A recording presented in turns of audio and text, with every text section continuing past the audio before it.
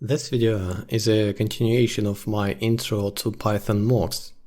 This is about testing, and today we will look at the responses library to test, to mock functions based on Python requests library.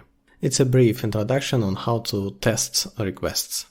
So let's install the responses.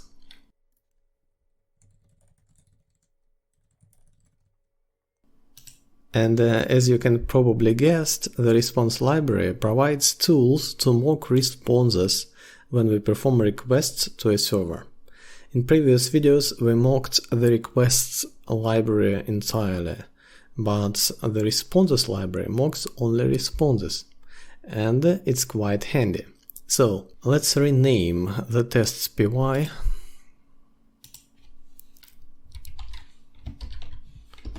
old tests, for example, and let's create a new tests py module. Now let's import the responses package, unittest, and the getJoke function from the main module.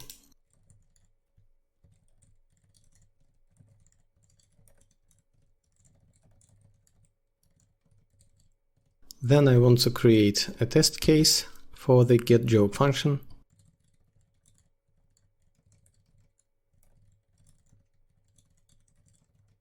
And its first method will be, for example,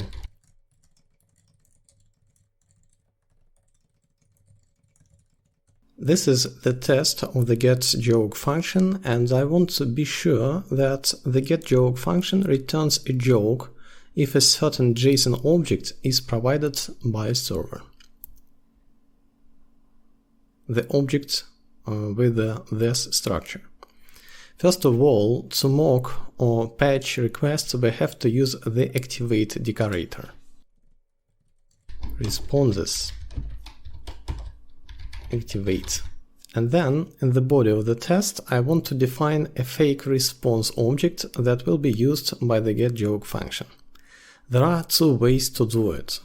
The first one is to define an instance of the response class, and then register it by passing into the responses add function. And the second way looks as follows. I'm calling the responses get method because the getJoke function performs a get request. And then, by assigning values to its parameters, I am defining the contents of the response object. So the URL will be this one, then the JSON object that the server should return as a response is should be defined by the JSON parameter. And the structure of the JSON object should be the same as we used in the getJoke function. That is, it should be a dictionary with the value key. Its value is another dictionary with the joke key, and its value, it's the joke we want to get. Hello world, for example.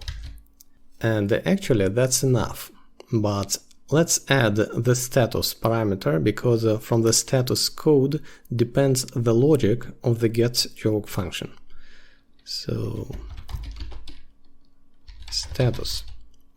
Instead of the status code, the responses library use just status parameter. So the status will be 200, the successful code. As you can notice, the API of the responses library is almost the same as an API of the request library, and it's very convenient because you already know requests, and therefore you almost already know the responses.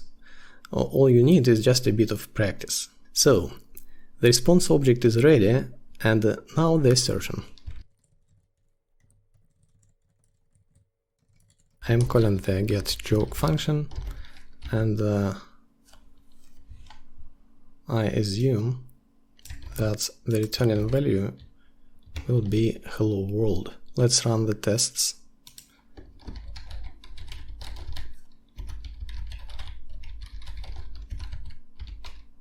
Attribution error, non-type object has no attribute. It runs my old tests, and I think that it was a bad idea to rename old tests with old word, so something like this. Again, and our tests passed. Okay, and the difference with the unit test mock and the patch function is obvious. We have to write less code.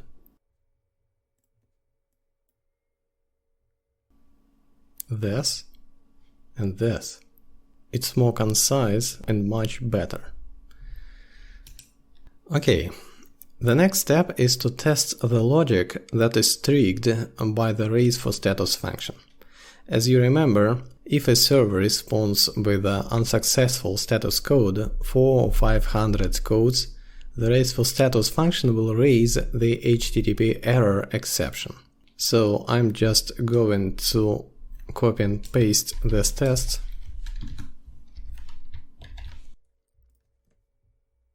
and I want to rename it.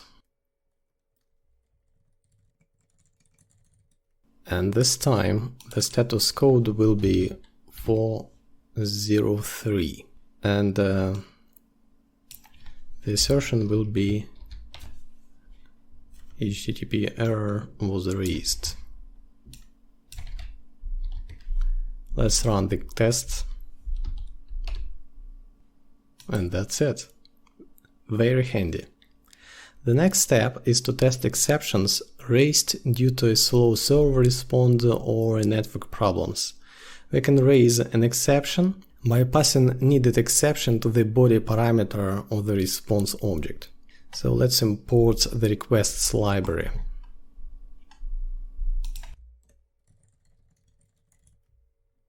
And let's copy and paste the previous test and let's rename it. I don't know, connection error, for example. Let's get rid of JSON. Let's get rid of status code. Let's add body parameter that will be requests connection error with some message. And the assertion will be, we have no returning value here, let's add it for the sake of this demonstration.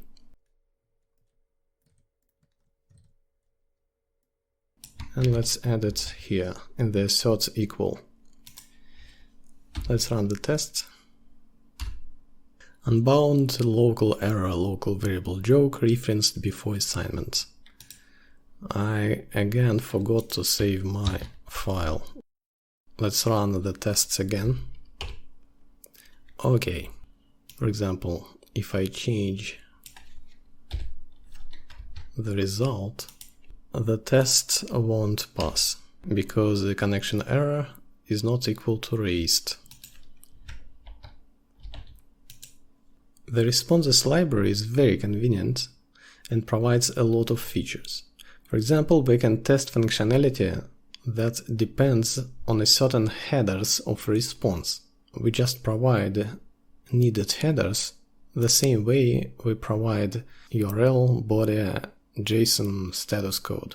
We can set also contents of a body of request. We can test functionality that depends on get parameters in URL address, and so on. And that's it for now. If you like this short video about mocking with the Python responses library to test functions based on the request library, please leave a like and subscribe to the channel. Thanks for watching.